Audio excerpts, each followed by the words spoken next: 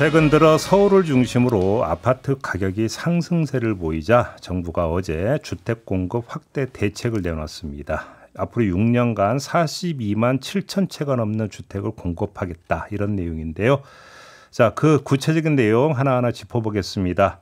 진현환 국토부 제1차관을 스튜디오로 모셨습니다. 어서 오세요, 차관님. 예, 안녕하십니까. 네, 일단 그 확대 방안을 여쭤보기 전에 진단부터 좀 해야 돼서 지금 서울 아파트 가격이 20주 연속으로 오르고 있다고 하는데 지금 추세라고 봐야 되는 거죠? 일시적 현상이 아니라. 뭐 저희가 이제 기본적으로 지금 현재 최근에 그 주택시장 상황이 네. 서울의 선호 지역을 중심으로 해서 집값이 약간 확산되는 경기도 일부 지역 확산되는 그런 상황을 가지고 있고요. 예. 거래량도 많이 늘었습니다. 다만 이제 이게 과거와 달리 30, 40대 그 실수요자 위주로 주택시장이 움직이고 있고. 아, 그래요? 예. 그래서 저희는 이제 우려하는 거는 이 실수요자 중심의 시장에서 혹시 과거처럼 연끌 매수라든지 또 투기 수요 이런 게 이제 붙어서 주택시장의 불안이 더 확산될 우려가 있기 때문에 이번에 선제적으로 대응할 필요가 있어서 주택 공급 확대 대책을 내놓게 되었습니다. 그 지금 시장에서 금리 인하 요구가 꽤 많잖아요. 금리 인하가 거의 예고된 거나 마찬가지인데 그러면 부동산 시장에도 미치는 영향이 또 커질 거 아니겠습니까? 그러면 아파트 가격 상승 추세는 더 강화될 가능성이 있다고 봐야 되지 않을까요? 뭐 그렇게 또 이해할 수 있는데요. 네. 기본적으로 이제 모든 제가 아까 그렇지만 주택시장도 수급의 논리입니다. 현재 공급에 대한 여러 가지 PF라든지 공사비 문제라든지 이런 문제 때문에 주택 공급이 제대로 되겠냐는 이런 공급에 대한 우려, 불신이 또 있고 또 하나는 조금 전에 말씀하신 기준금리가 인하가 될 거니까 곧 그래서 이미 금리가 선반영돼서 금리가 인하된 측면도 있고. 그럼 이미 선반영됐다고? 선반영 측면도 있고 예. 또 여러 가지 최근에 뭐 정책 자금 이렇게 많이 풀다 보니까 유동성 문제도 있고 이런 수요 공급이 복합적인 그런 문제가 있다고 하겠습니다. 알겠습니다. 예. 좀 그러면 어제 나온 그 대책 하나하나 좀 짚어봤으면 좋겠는데 일단 가장 관심이 크고 또 논란 조짐도 큰 게 그린벨트 해제던데요. 그린벨트 해제를 통해서 주택을 공급하겠다라는 것은 땅이 없다라고 하는 고민의 반영 이렇게 이해를 하면 되는 겁니까? 기본적으로 현재 지금 주택 가격 상승의 진원지는 현재 서울, 특히 서울이 문제입니다. 그런데 그동안 저희가 서울의 주택 문제를 해결하기 위해서 많이 노력했지만 결국은 수도권 서울의 주택 문제를 해결하는 방법은 크게 두 가지가 있습니다. 도심에서 재건축, 재개발 같은 사업이 보다 원활하게 빨리 이루어져서 공급이 아파트가 공급이 되는 측면이 있고 또 하나는 이제 소위 말하는 그 외곽 지역에 여러 가지 신도시라든지 공공택지를 공급하는 방법인데 이번에는 아예 서울에서 사람들이 선호하는 지역에서 그린벨트를 풀어서 주택 공급을 아파트 공급을 많이 늘리겠다는 그런 내용이 되겠습니다. 그러니까 선호 지역이 이제 그러면 관심사가 되는데 그린벨트 해서 그러니까 언론에 보도된 이제 그린벨트 지역 지도를 보니까 서울 외곽을 이렇게 감싸고 있더라고요. 그린벨트 지역이. 그러니까 서울 외곽, 경기도 인접 지역이잖아요. 그럼 일단 여기서 첫 번째 과연 사람들이 이곳을 선호할까? 교통 문제나 이런 게 있을 것 같은데 일단 이 점은 어떻게 보십니까? 기본적으로 이제 저희가 그 구체적으로 서울과 서울 인근 지역에 그린벨트 풀어서 주택을 공급하려고 할 때 기본적으로 대상지를 선정할 때 무엇보다 중요한 거는 기본적으로 사람들이 선호하는 입지, 그리고 소위 말하는 선호 입지 중심으로 할 거고요. 그 다음에 그 그린벨트 하더라도 환경적 보존 가치가 높은 지역. 이건 여전히 제외를 할 거고 그래서 개발에 의미가 있는 그런 곳으로 중점적으로 개발할 겁니다. 그래서 저희가 뭐 구체적으로 현재 그 서울시하고 또 경기도하고 여러 가지 그 어디를 풀 것인지 이런 부분에 대해서는 상당히 논의가 되어 있는 상태인데 현재 뭐 여기서 말씀을 드릴 수 없지만은 저희가 발표가 되면 상당한 수준의 의미 있는 주택 공급이 될 것이다라고 제가 확신합니다. 지금 차관님이 말씀은 두 가지 기준, 하나는 선호 지역. 또 한 가지는 환경보호가 이제 그 요구되는 지역은 제외. 요 두 가지를 말씀을 하신 걸 보면 그린벨트 지역 가운데 강북의 그린벨트 지역은 주로 이제 그 종로, 성북, 강북, 도봉 이렇게 그 위쪽에 북한산 국립공원 지역이 거의 상당 부분이 포함이 되는 것 같은데 그럼 여기는 아닌 것 같고 강남 서초구 밑에 있는 그린벨트 지역 아니냐. 지금 언론이 이미 이런 추측 보도를 내놓고 있거든요. 저희가 그래서 서울 전역에 대해서 저희가 어제 부동산 대책을 발표하기 이전에 하루 전날 서울시 도시계획위원회와 저희 또 중앙도시계획위원회에서 서울시 전역의 그린벨트와 또 인근 지역의 그린벨트에 대해서 토지거래 허가구역을 묶었습니다. 네. 그래서 뭐 엄격하게 투기 방지 대책을 마련하고 있다는 말씀을 드리고 구체적으로 어디를 풀어서 얼마만큼 공급할지에 대해서는 저희가 11월 달에 공개를 하겠다고 말씀을. 11월 달에. 그러면 그린벨트 지역에 그 공급하는 주택의 형태는 주로 어떤 주택이 되는 겁니까? 당연히 아파트입니다. 아파트고요. 최근에 저희가 서울시가 협의 과정에서 원래 그 그린벨트라는 게 어떻게 보면 미래세대를 위해서 남겨놓은 땅 아닙니까? 그러니까 일반 분양입니까? 아니면 뭐 들어보십시오. 미래세대를 위한 그걸 남겨놓은 땅인데 특히 미래세들이 없고 우리 현재의 청년들 그리고 신혼부부들 뭐 출산가구 이런 분들입니다. 그런 이런 분들을 위한 다양한 주택들이 공급될 수 있겠다. 예를 들어서 서울시 같은 경우는 그 장기 전세 주택이라는 시프트라는 걸 공급하고 있지 않습니까? 그래서 시프트 2 같은 것도 공급을 해서 소위 말하는 신혼부부나 아니면 출산가구 이런 부분 청년들의 젊은 가구들에 대한 집중 공급을 할 수 있겠다. 그리고 참고로 말씀드리면 그린벨트 플러스 제가 공공택지직으로 하게 되면 그 시프트도 일종의 임대주택입니다. 35% 이상 임대주택을 공급하도록 되어 있습니다. 그래요. 그럼 예를 들어서 청년주택이라든지 신혼부부용 주택이라든지 이런 것들이 좀 많이 공급이 된다. 그렇게 이해를 하면 되는 거죠? 네, 그렇습니다. 예. 그런데 이제 또 하나는 그 그린벨트 지역을 해제를 해서 여기에 입주까지 걸리는 시간을 보면 짧게는 8년, 길면 10년이 걸리는데 이게 지금 나타나고 있는 부동산 상승세에 대한 즉각적인 효과가 있겠느냐라고 하는 우려 섞인 전망도 있더라고요. 이 점은 어떻게 보십니까? 저희가 그래서 고민을 많이 했는데요. 주택 시장을 안정시키고 국민 중앙 안정을 위해서 무엇보다 저희가 생각하기는 원하는 곳에 원하는 주택이 원하는 시기에 또 충분히 공급이 된다고 저희 보고 있거든요. 그럼 제일 좋게 하죠. 예, 그렇죠.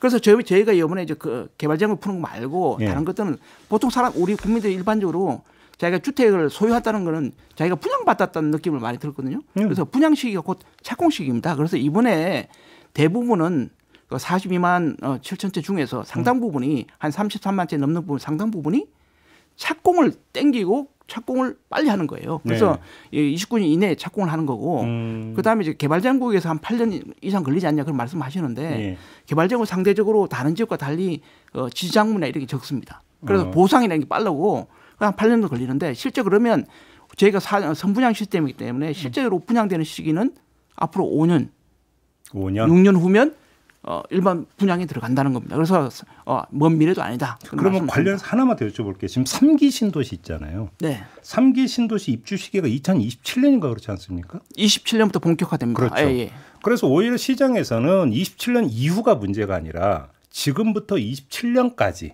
이 공백기를 어떻게 메울 것이냐 이게 관건이다 이런 얘기를 하던데요. 전문가들은. 그 부분은 이번 대책에 담겨져 있습니다. 저희가 서울에 금년과 내년도의 입주 물량을 보면 아파트의 경우 금년에 3만 8천 호, 내년 4만 8천 호, 10년 평균이 한 3만 8천 호 됩니다. 그래서 적지 않습니다. 문제는 그 주택 입주량의 반을 차지하는 비아파트, 빌라나 다세대 이런 부분이 지금 공급이 과거에 비해서 한 10%밖에 안 돼요. 그렇게 줄었어요? 그래서 이번에 LH 같은 주택 공기업이 무제한으로 서울의 주택을 신축을 매입해 주겠다. 그리고 임차인도 지금은 빌라 이런데 전세 사기 때문에 안 들어가잖아요. 그런데 이제 주인이 LH가 되니까 안정적으로 들어올 수 있죠. 그래서 제가 이번에 그 단기간에 공급 가능한 신축 매입 주택을 서울에서 무제한 공급하겠다는 공급을 늘려. 그렇게 되면 당장 24, 25, 26년에 저희가 한 3년간 한 서울에 한 20만 원 정도 주택이 필요한데 그 부분에 대한 입주 물량은 충분히 보완하고도 남는 그 넘치는 물량이라 보고 있습니다. 매입 임대주택으로 푼다.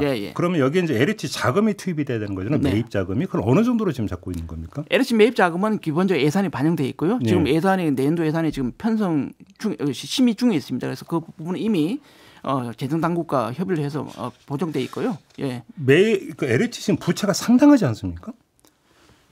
부채가 LH 부채 비율이 218%고요. 그리고 부채가 152조인데요. 실제로 그거는 이제 그 소위 말하는 임대 보증금 이런 걸 빼고 이자를 부담하는 LH가 채권 발행하는 거는 한 88조밖에 안 됩니다. 그래요? 그래서 LH 자본금이 70조고 그렇게 되면 LH의 부채 비율이 그렇게 따지면 한 126%밖에 안 되고. 그래요? LH가 옛날에 2009년에 주공과 토공이 통합됐었거든요. 그때 부채 비율이 얼마인지 아세요? 525%였어요. 오히려 많이 개선됐다. 지금 218%가 가장 낮은 수준이에요. 그렇게 많이 개선된 것이다. 그래서 LH 자본금 70조나 이런 걸 감안할 때 지금 LH가 그런 부분을 충분히 감당하고 남은 여력이 있다는 말씀을 드리겠습니다. 그러면 하나만 더요. 지금 앞서 이제 그 국민의힘 정책위 의장하고도 인터뷰할 때 그 얘기가 잠깐 나왔는데 여당에서 추진하는 전세 사기 특별법 내용 중에는 어떤 게 있냐면 LH가 전세 사기가 발생한 그 집들을 모두 사들인 다음에 전세 사기 피해자가 거기서 계속 살 수 있도록 해준다. 요 내용이 핵심이잖아요. 네, 경매 차익으로 활용한 거죠. 예. 그러면 LH 자금이 또 여기에도 투입이 돼야 되잖아요. 감당이 다 가능합니까? 아, 그것도 다 별도로 저희가 전세 사기 피해자에 위한 매입주택 비용 예산이 별도로 책정돼 있고 그거는 또 내년 예산 좀 늘릴 겁니다. 그럼 별도의 그 주머니가 별도 있다고 보시면 됩니다. 돈 걱정 안 해도 된다. 예, 걱정하지 마세요. 안 해도 된다. 예. 그러면 진짜로 빌라나 이런 다세대 주택 공급이 많이 늘어날 거라고 기대하시는 겁니까? 어느 정도로 지금 그러니까 공급이 늘어날 거라고 전망하십니까? 저희는 금년 내년에 당장 LH가 매입하는 주택만 11만 원 플러스 알파.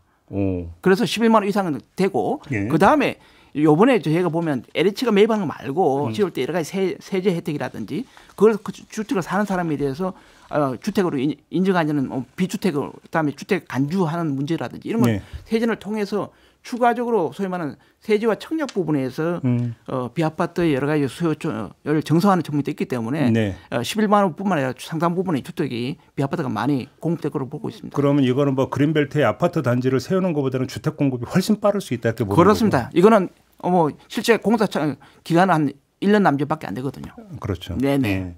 그다음에 또 하나가 지금 재개발, 재건축을 촉진하는 방안도 있던데 좀 구체적으로 어떤 내용입니까?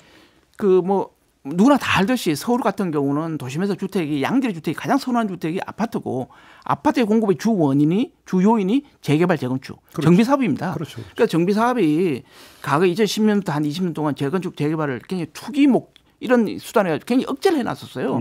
그러다 보니까 지금 현재 그 여파가 나타나고 있는데 제가 이번에 할 때는 재건축, 재개발 촉진법, 특례법을 별도 제정해서 재건축 절차를 대폭 단순화, 통합 그리고 규제 완화를 하고 여러 가지 재건축의 이런 불확실성을 또 제거해주고 또 재건축 조합원들이 가지는 이런 부담도 이래서 당연히 분담금을 내야 되는데 분담금 돈이 없다. 그럼 일단 주택연금을 통해서 활용한다든지 또 용적률 일부를 높이는 이런 걸 통해서 재건축 재개발을 속도 높이고 활성화하려는 그런 내용이 담겨 있습니다. 그럼 이게 너무 특혜로 가는 건 아닐까요 혹시? 저희가 그 부분 많이 고민했습니다. 왜냐하면 재건축과 재개발 정비 사업이 크게 세 가지가 있거든요. 하나는 이제 속도를 절차를 개선하는 부분이 있고 두 번째는 여러 가지 그 사업의 공사 과정에서의 갈등이나 이런 불확실성을 제거해 주는 부분이 있고 또 세 번째는 여러 가지 그 사업의 수익성을 제거해 주는 부분이 있습니다. 그런데 사업의 수익성을 제공하는 부분은 이번에 철저히 많은 부분을 차단했다. 왜냐하면 저희가 공급을 속도를 높이기 위해서 재건축 재개발에 대해서 여러 가지 규제도 완화하고 하는데 이게 자칫 잘못된 시그널로 가가지고 재건축 재개발은 투기 수요가 붙으면 더 문제지 않습니까? 그렇죠. 그래서 그런 부분을 저희가 충분히 고려해서 이번에 대책을 마련했다는 말씀을 드립니다. 그건 좀 차단이 가능하다고 보시는 겁니까? 예. 그럼 이게 국회 통과해야 되는 거죠? 그렇습니다. 통과는 자신하세요? 야당이 협조를 할 거라고 전망하세요? 물론 여소야대에서 그렇게 쉽지 않은 문제입니다. 그러나 주택 문제는 민생 문제고 특히 이번에 제가 재건축 재개발 촉진법이라는 거는 특례법이라는 거는 그 재건축 재개발의 그 각종 절차를 단축하는 내용입니다. 그래서 결국 시간이 많이 걸리던 걸 절차를 줄여서 결국은 시간은 돈 아닙니까? 비용을 줄여서 공급을 늘린다에 대해서 여야가 거기에 대해서 반대할 이유가 없다고 생각하고 저희가 국회 논의 과정에서 적극적인 설명과 설득을 해서 꼭 법안을 통과시키도록 하겠습니다. 이게 지금 어제 대책과하고는 상관이 없지만 사실 상당한 관심사고 어찌 보면 나중에 연결이 될 것 같아서 하나 좀 질문드리고 싶은 게 있는 게 대선 때부터 계속 이야기가 되었던 이슈니까 뭐 예를 들어서 일산이라든지 분당이라든지 신도시 재개발 문제 있지 않습니까? 네, 일기 신도시. 지금 어떻게 진행이 되고 있습니까? 일기 신도시 노후도시라 그러는데 노후도시는 여야가 합의로 지난 정기국회 때 특별법이 통과되었습니다. 그래서 일기 신도시는 본격적으로 통합 재건축이 지금 진행되고 있고 지금 현재 이번 달부터 소위 말하는 기본 방침이라는 게 정해지고 각 신도시별로 기본 계획이 8월부터 공개가 될 예정입니다. 그리고 현재 선도지구 가장 먼저 선도지구에 대한 그 접수를 신청을 받고 있고 선도지구를 여러 가지 평가 기준으로 해서 금년 11월에 선정하게 되는데 그 물량이 약 전체 그 1기 신도시, 5개 신도시 전체 대구가 29만 채거든요. 29만 채의 한 10%가 좀 넘는 수준. 그래서 많게는 적게는 한 2만 9천 채, 많게는 한 3만 6천 채 정도, 10%에서 15% 정도가 이 선도지구로 돼서 금년에 선정이 되고 그래서 27년에 착공이 돼서 30년에 첫 입주를 하게 되는 절차를 가지고 있습니다. 이제 그 전에 잠실 쪽에서 이제 그 재건축 들어갈 때 이제 그 빠져나와서 이제 그 전월세 시장이 영향을 많이 미쳤잖아요. 이거 마찬가지로 일기 신도시에 이런 사업이 본격화되면 이게 또 전월세 시장에 영향을 줘서 가격을 끌어올리는 효과가 발생하는 거 아닙니까? 예, 저희도 그 점에 대해서 굉장히 고민을 많이 하고 있습니다. 이건 하나의 단지가 아니고 도시 전체가 도시 전체가 동시자발적으로 재건축이 이루어지기 때문에 저희가 그래서 그 물량을 전체 재건주택의 한 10에서 15%를 매년 그러니까 재건축을 할 거고요. 단계적으로 하고요. 그리고 크게 중요한 건 하나는 이주 단지 또는 이주 대책이거든요. 그래서 예를 들어서 지역마다 다릅니다. 예를 들어서 일산 같은 경우는 그 이미 주변에 그 여러 가지 여유자부 주택이 많아요. 그런데 분당 같은 경우는 좀 여유주택이 별로 많지 않아요. 그런 경우는 별도로 이주단지라든지 이주대책을 별도 마련해서 이번에 9월 달에 개별 그 신도시에서 발표하는 기본계획에 담을 거고요. 아, 그 발표가 됩니까? 예, 담을 거고요. 또 하나는 이제 광역교통 계획이거든요. 아무래도 GTX 얘기 예, 아닙니다. 왜냐하면 GTX를 포함해서 이제 기본적으로 이제 이게 한 물량이 지금 29만 채가 되는데 이게 한 적어도 한 40만 채 이렇게 되거든요. 나중에. 그렇게 되면 이제 그만큼 세대수가 많이 살기 때문에 여러 가지 용량이 늘어나잖아요. 그러면 여러 가지 기반 시설의 용량을 넓히는 방안. 그럼 그 모두 같이 포함돼서 발표할 계획입니다. 9월에? 예. 알겠습니다. 8월 9월에. 예. 시간이 다 됐네요. 마무리하겠습니다. 고맙습니다. 차관님. 예, 고맙습니다. 네, 진현환 국토부 제1차관과 함께했습니다.